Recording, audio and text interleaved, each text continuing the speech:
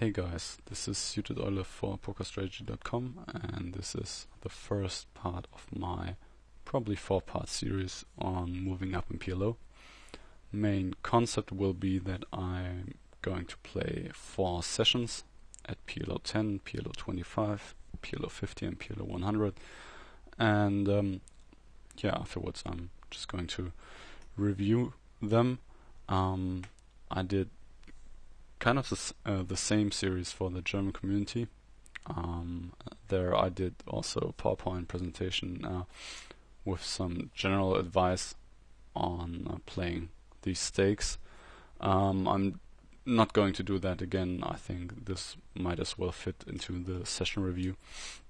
When there's nothing going on at the tables, I'm just going to talk about it or explain those concepts on at hand examples that happen at the tables, which probably has a bit more value. But before we begin, and since we begin at PLO 10, which is probably one of the lowest stakes you can play PLO at, I think you can obviously play lower PLO 5 and PLO 2 with 2 cents big blind, but I don't think they play much different from PLO 10. So just some general thoughts and advice on PLO. I would actually not advise this game as your first poker game. So if you're starting out with poker in general, I would not advise you to jump into PLO, whether it's PLO 10 or PLO 5 or PLO 2, because I don't think it's actually a great game to get started with poker. It's a lot more complicated than No Limit Hold'em, especially just basic hand reading, figuring out what is your actual holding, what are your outs, and discounting those outs, and just evaluating hands multi-way and post-flop, which happens way more often than in No Limit Hold'em. I think it's way more difficult.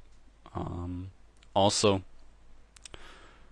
in PLO, there are a lot of swings, a lot of high variance spots where the results can differ way more than No Limit Hold'em, because equities run so close.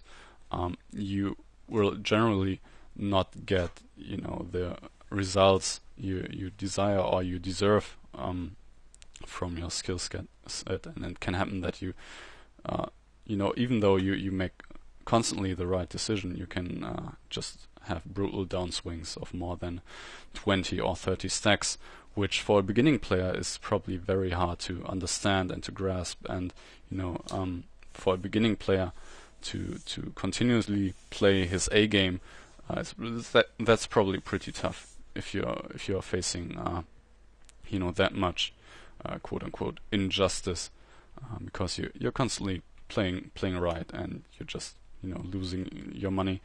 And I mean, that also happens in No Limit Hold'em, obviously, but the scale at which downswings happen is way higher. You can play around with some variance simulators in PLO. Also, due to the high variance, I think the bankroll management that is required for PLO is much higher.